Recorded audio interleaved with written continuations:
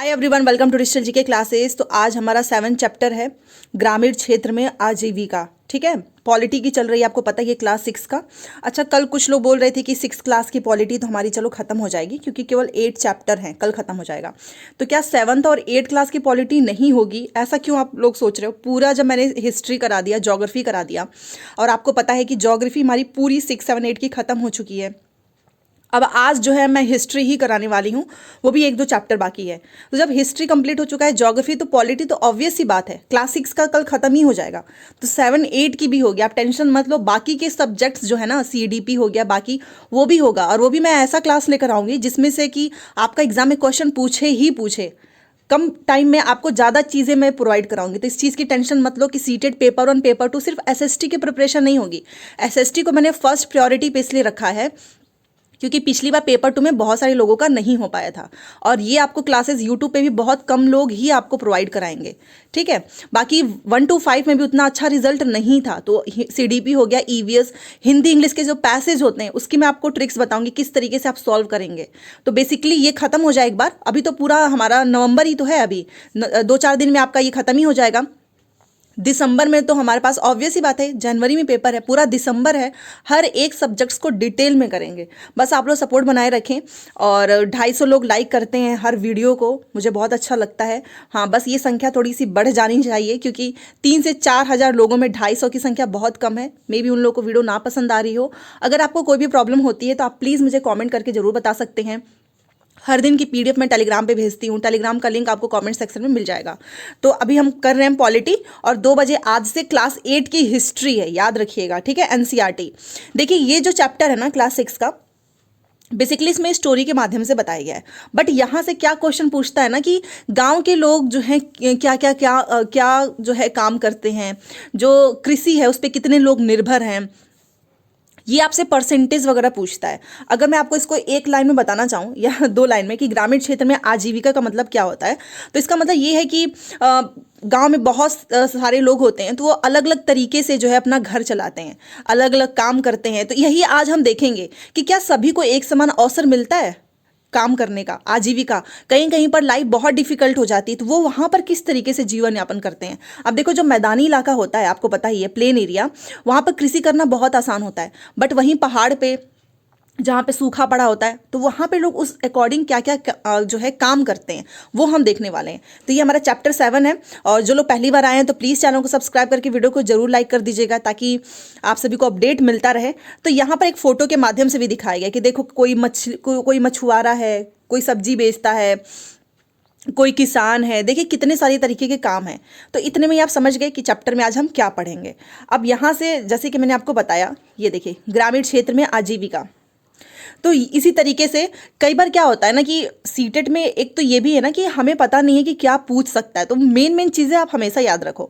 जैसे कई बार पूछ देता है कि कलपट्टू गांव जो है कहाँ पे है, किस राज्य में है, और ये पूछा हुआ है। आप यकीन नहीं मानेंगे, जो एक पहला ऑनलाइन एग्जाम था उसमें राज्य जो है गांव का नाम पूछ लिया था कि ये गांव जो है किस राज्य में आता है।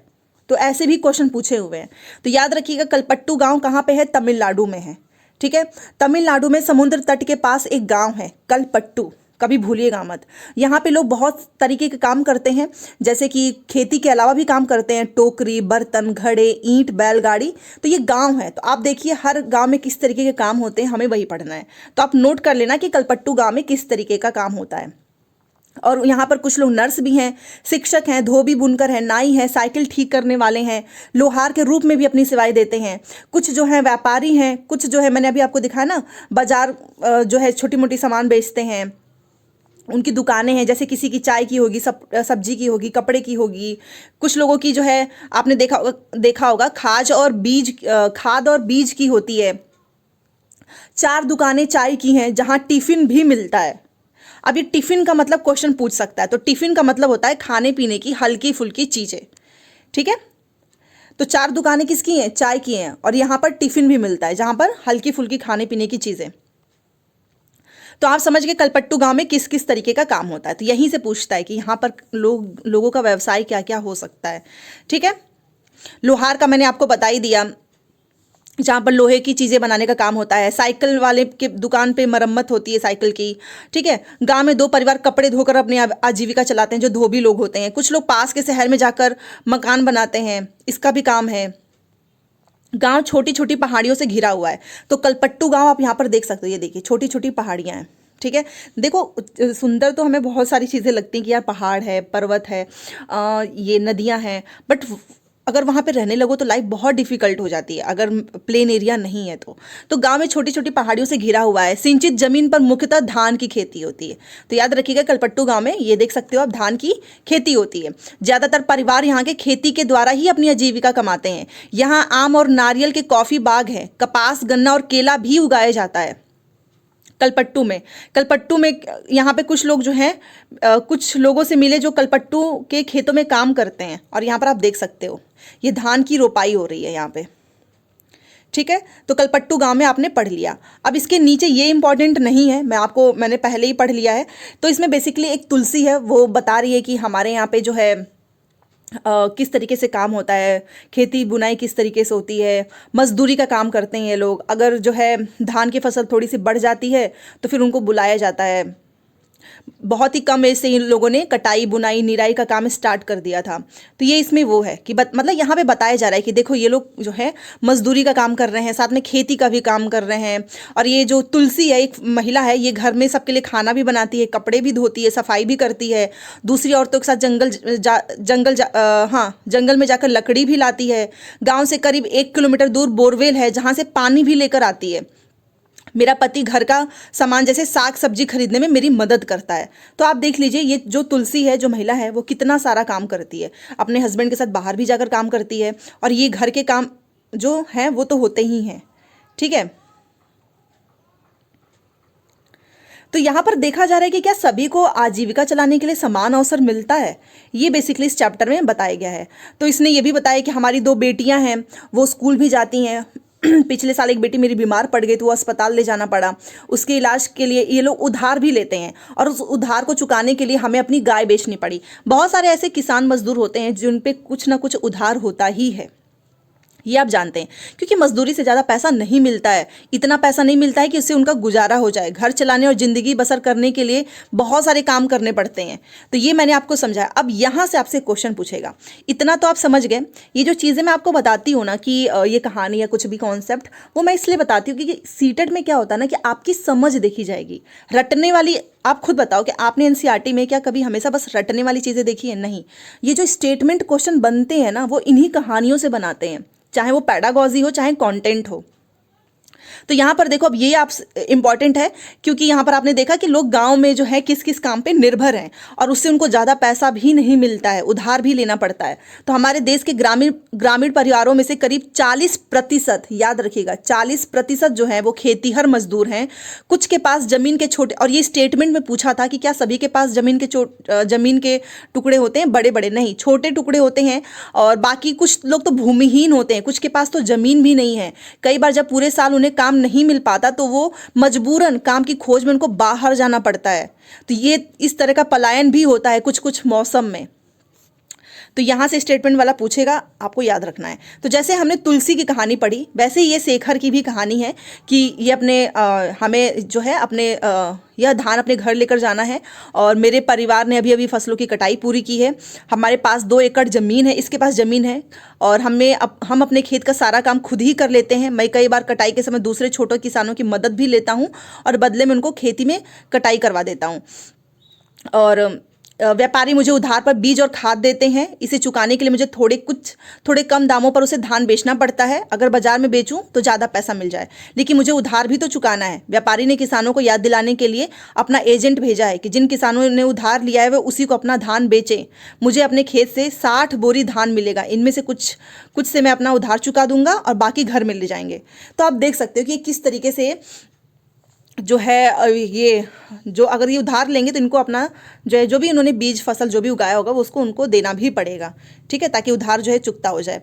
तो इस तरीके से ये देखिए आप, जैसा कि यहाँ पर देख सकते हो, कर्ज लेने पर बहुत सारे लोग हैं जो कर्ज लेते हैं, इसलिए मुझे और पैसा कमाने की ज़रूरत पड़ती है।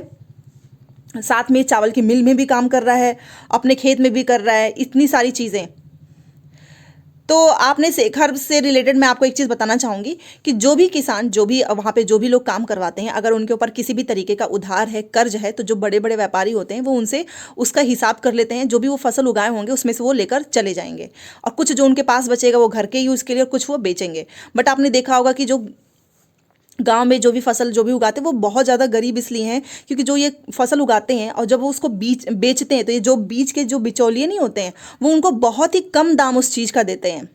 तो ये भी एक है कि इसलिए चाहे कितनी भी मेहनत कर लें आमदनी उतनी नहीं होती है। ठीक है, तो ये आपको मैंने 2-3 लाइन में ये पूरा समझा दिया।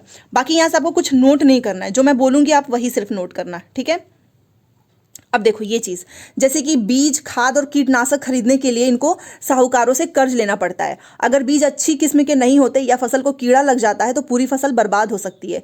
बारिश पूरी नहीं होने पर भी फसल खराब हो सकती है। ऐसी स्थिति में किसान अपना उधार नहीं चुका पाते। कई बार परिवार चलाने के लिए उन्हें पैसा और कर्ज के तौर पर उन्हें और पैसा लेना पड़ता है कर्ज के तौर पर, और इस तरीके से उनके ऊपर हर साल जो है धीरे धीरे कर्ज बढ़ता ही जाता है किसान के ऊपर। किसान कितना भी कमा ले वह उसे चुका नहीं पाता। आप भी जानते हो कि साल में उनको कितनी ही कमाई हो पाती होगी, ऊपर से उनका कर्ज, घर के खर्चे नहीं चुका पाते हैं। इस स्थिति में कहते हैं कि किसान कर्ज तले दब गया। पिछले कुछ सालों में यह किसानों की विपदा का मुख्य कारण बन गया है, क्योंकि इनकी ये क्या होता है, कमा तो लेंगे लेकिन ये जो कर्ज होता है ना उसी के तले ये दबे रहते हैं। कई क्षेत्रों में किसानों ने कर्ज के बोझ से दबकर आत्महत्या तक कर ली है, ये भी आपको पता होगा। तो देखो यहाँ से आपसे पूछेगा कि क्या किसानों के ऊपर भी कर्ज होता है, वो कितना जो है अर्न करने के बाद भी वो कर्ज किससे लेते हैं, जैसे कि साहूकारों से कर्ज लिया जाता है। तो इस तरीके से क्वेश्चन पूछेगा। ठीक है, और ये देखिए ये धान की फसल उगाई गई है, आप यहाँ पर देख सकते हैं। इस वाली कहानी में ये बताया गया है कि जो उनके पास एक चावल की जो है मिल है और बीज व कीटनाशक बेचने के लिए एक दुकान है। चावल की मिल में उन्होंने कुछ अपना पैसा लगाया और थोड़ा सरकारी बैंक से कर्ज लिया था, और कलपट्टू अभी हमने पढ़ा ना तमिलनाडु का, और आसपास के गांवों से ही धान खरीदते हैं। मिल का चावल आसपास के शहरों के व्यापारियों को बेचा जाता है। इससे उनकी अच्छी खासी कमाई हो जाती है।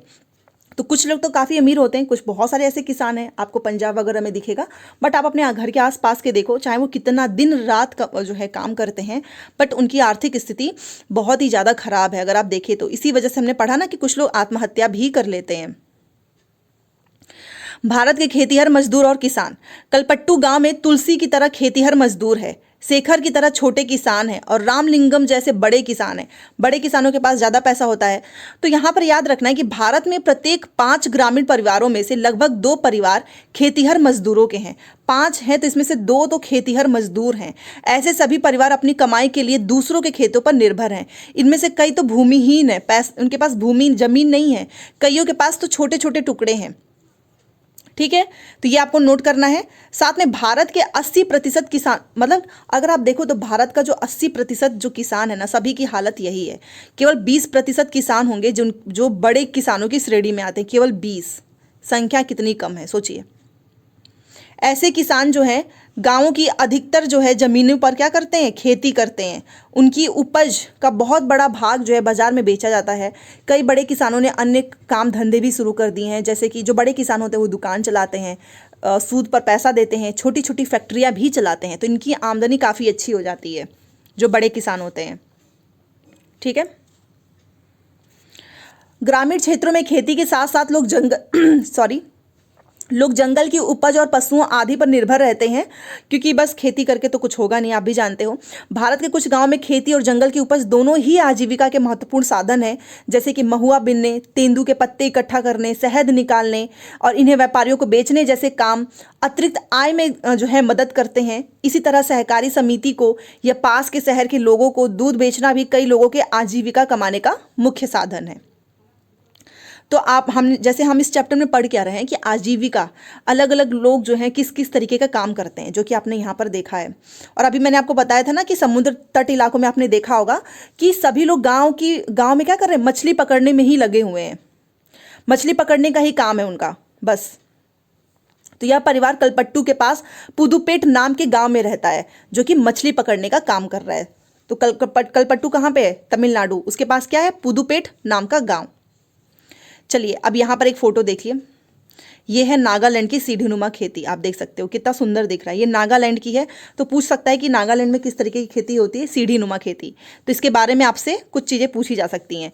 ये जो गाँव है, ये इसका नाम क्या है, चिजामी है। कहाँ पर है, नागालैंड में। यह नागालैंड के फेक जिले में है। इस गांव में रहने वाले लोग चखे संघ समुदाय के हैं। वे सीढ़ीनुमा खेती करते हैं। इसका मतलब है कि पहाड़ी की ढलाऊ जमीन को छोटे छोटे सपाट टुकड़ों में बांटा जाता है और उस जमीन को सीढ़ियों के रूप में बदल दिया जाता है। ठीक है, समझ गए। अब क्वेश्चन पूछ सकता है ना कि सीढ़ीनुमा खेती किस तरीके से होती है। तो पहले तो जो टुकड़े सपाट, उनको छोटे छोटे सपाट टुकड़ों में बांटते हैं, फिर उसको उस जमीन को क्या करते हैं, सीढ़ियों के रूप में बदल देते हैं। प्रत्येक सपाट टुकड़ों के किनारे को ऊपर उठा देते हैं जिससे पानी भरा रह जाए। और यह चावल की खेती के लिए सबसे अच्छा है। ये देखिए, ये उठा हुआ है तो इसमें चावल भर गया है, और ये चावल की खेती के लिए सबसे अच्छा माना जाता है क्योंकि उसको पानी ज़्यादा चाहिए। तो आप देख सकते हो सीढ़ीनुमा खेती। चिजामी के लोग क्या करते हैं, अपने अपने खेत मतलब उनके पास अपना अपना खेत है, लेकिन वह इकट्ठे होकर एक दूसरे के खेतों में भी काम करते हैं। वे 6 से 8 लोगों का एक समूह बनाते हैं और इकट्ठे मिलकर पहाड़ के एक हिस्से पर घास पतवार साफ करते हैं। जब दिन का काम खत्म हो जाता है तो सारा समूह इकट्ठे बैठकर खाना खाता है। ऐसा कई दिनों तक चलता रहता है जब तक काम खत्म नहीं हो जाए। तो ये क्वेश्चन पूछा भी हुआ था कि क्या यहाँ पे किस तरीके से लोग काम करते हैं, तो इकट्ठे मिलकर ऐसे सबका काम हो जाता है आसानी से। ठीक है, तो ये अभी मैंने आपको बताया ना कि यहाँ पे मछली पकड़ने का काम होता है पुदुपेट में, तो वो इसमें यही चीज़ दिखाई जा रही है। बाकी इसमें से कुछ इंपॉर्टेंट नहीं है। पुदुपेट कलपट्टू से ज़्यादा दूर नहीं है, तमिलनाडु में है। यहाँ लोग मछली पकड़कर अपनी आजीविका चलाते हैं। उनके घर समुद्र के पास होते हैं और वहाँ चारों ओर जाल और कैटामरैन, इसको बोलते हैं मछुआरों की खास तरह की छोटी नाव। ये इंपॉर्टेंट है, याद रखिएगा। पूछ लेगा कि कैटामरैन का मतलब क्या है, तो मौ से याद रख लेना मछुआरे। तो इनके पास क्या है, छोटी मछुआरों की खास तरीके की, ये क्या है, इसी को बोलते हैं कैटामरैन, नाव को बोलते हैं। ठीक है, इससे आपको बहुत सारी ऐसी पंक्तियां दिखाई देंगी। तो बस इतना आपको याद रखना है, बाकी और इसमें कुछ नहीं पूछेगा। यहाँ पर बता रहा है कि लोग कैसे जाते हैं, किस तरीके से वो मछली पकड़ते हैं, बस वही सारी चीज़ें दिखाई दे रही हैं। और इनके पास जो है ज़्यादा उधार ये लिए रहते हैं, इसी कारण इनको भी जो है मछली बेचनी पड़ती है व्यापारियों को। तो आप देख ही सकते हो कि चाहे कोई मछुआरा हो, चाहे कोई किसान हो, सब कोई ना कोई कर्ज लिए ही रहते हैं। तो यहाँ पर आप देख सकते हो स्थानीय बाजार में मछलियाँ बेचती हुई मछुआरे अपने जीवन यापन के लिए ये मछली बेच रही हैं। ग्रामीण क्षेत्रों में आजीविका के साधन, खेती में कई तरह के जो है काम शामिल हैं, जैसे कि खेत तैयार करना। ये बता रहा है कि क्या क्या साधन है, खेत तैयार करना, रोपाई करना, बुआई करना, निराई, कटाई। फसल अच्छी हो सके इसके लिए हम प्रकृति पर निर्भर हैं। इस प्रकृति पर निर्भर, आपने देखा हो कई बार बहुत ज़्यादा बारिश हो जाती है, फसल नुकसान हो जाता है, सूखा पड़ जाता है। तो इस तरह जीवन ऋतुओं के इर्द गिर्द चलती ही है। बुआई और कटाई के समय लोग काफ़ी व्यस्त रहते हैं और दूसरे काम का बोझ कम रहता है। देश के अलग अलग क्षेत्रों में ग्रामीण लोग अलग अलग तरह की फसलें उगाते हैं, फिर भी हम उनके जीवन की परिस्थितियों में और उनकी समस्या में काफ़ी समानताएं पाते हैं। क्योंकि चाहे कहीं का भी किसान हो, चाहे आप जिस भी जगह पर रह रहे हो, हर जगह आपने देखा होगा वो उधार लिए रहते हैं, काफ़ी उनको दिक्कत भी आती है। लोग कैसे ज़िंदगी बसर करते हैं और कितना कमा पाते हैं, यह इस बात पर निर्भर करता है कि वे जिस ज़मीन को जोतते हैं वह कैसी है। कई लोग उस ज़मीन पर मजदूरों के रूप में निर्भर हैं। ज़्यादातर किसान अपनी ज़रूरतों को पूरा करने के लिए और बाजार में बेचने के लिए भी फसलें उगाते हैं। आपने देखा होगा जो किसान होते हैं उनका फसल, वो चाहते हैं कि अच्छे से अच्छा, ज़्यादा से ज़्यादा फसल हो ताकि हम इसको बेचें, क्योंकि बेचेंगे तभी तो उनका घर का जो है सारी चीज़ें चल पाएंगी। कुछ किसानों को अपनी फसल उन व्यापारियों को बेचनी पड़ती हैं जिनसे वे पैसा उधार लेते हैं, तो ये भी एक रीज़न है। गुजर बसर करने के लिए कई परिवारों को काम की खातिर उधार लेना पड़ता है या फिर तब लेना पड़ता है जब उनके पास कोई काम नहीं रहता। ग्रामीण क्षेत्रों में कुछ परिवार ऐसे हैं जो बड़ी बड़ी जमीनों, व्यापार और अन्य काम धंधों पर फल फूल रहे हैं। फिर भी ज़्यादातर जो छोटे किसान हैं, खेतिहर मजदूर, मछली पकड़ने वाले परिवार और गाँव में हस्तशिल्प का काम करने वाले लोगों को पूरे साल रोजगार नहीं मिल पाता। तो आपने देखा होगा कि यहाँ पे समानता नहीं है। मैंने स्टार्टिंग में ही बोला था कि क्या आपको चाहे कोई भी साधन हो आजीविका का, बट समानताएं नहीं है। जैसे यहाँ पर आपने देखा ना कि बड़े बड़े जो जमीन व्यापार, इनके पास तो अच्छा काम है, ये बहुत सारे काम धंधे कर रहे हैं, फल फूल रहे हैं, बट छोटे किसानों को देखिए पूरे साल रोजगार नहीं मिल पाता है। ठीक है, तो बेसिकली एक कॉन्सेप्ट वाली चीज़ें थी और कुछ चीज़ें आप नोट कर लेना कि इसमें से किसान जो है, जैसे कि 80% जो है आपने देखा होगा, और छोटे किसान हैं और 20% ऐसे हैं जिनके पास अच्छा खासा वो कमा लेते हैं खेती से ही। और कलपट्टू आपको याद रखना है, तमिलनाडु का ही गांव है, और पुदुपेट भी जो है कलपट्टू के ही पास है। तो ये सारी चीज़ें मैंने आपको बता दी है। काफ़ी इंटरेस्टिंग चैप्टर है।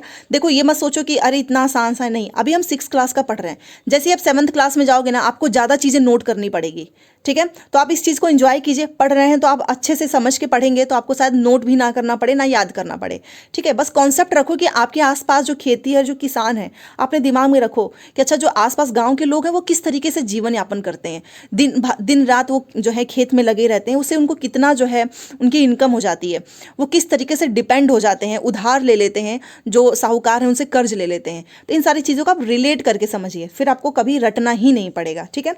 तो चलिए मिलते हैं नेक्स्ट क्लास में। थैंक्स फॉर वॉचिंग, एंड जाते जाते लाइक्स जरूर कर दीजिएगा। PDF आपको टेलीग्राम चैनल पे मिल जाएगा।